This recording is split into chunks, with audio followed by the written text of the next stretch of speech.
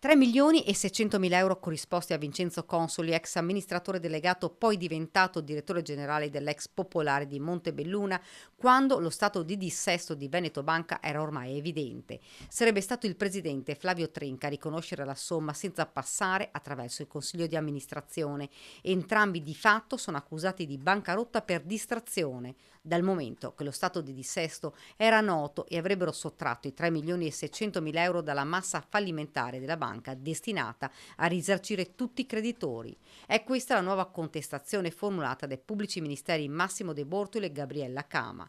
Le accuse della procura integrano le carte relative alla chiusura delle indagini sul terzo filone delle indagini sul crack di Veneto Banca. Nell'inchiesta sono state indagate 12 persone, complessivamente l'importo della bancarotta per distrazione e dissipazione, comprendente anche le ipotesi di reato precedentemente contestate a tutti e 12 gli indagati, ammonterebbe ad oltre 320 milioni di euro.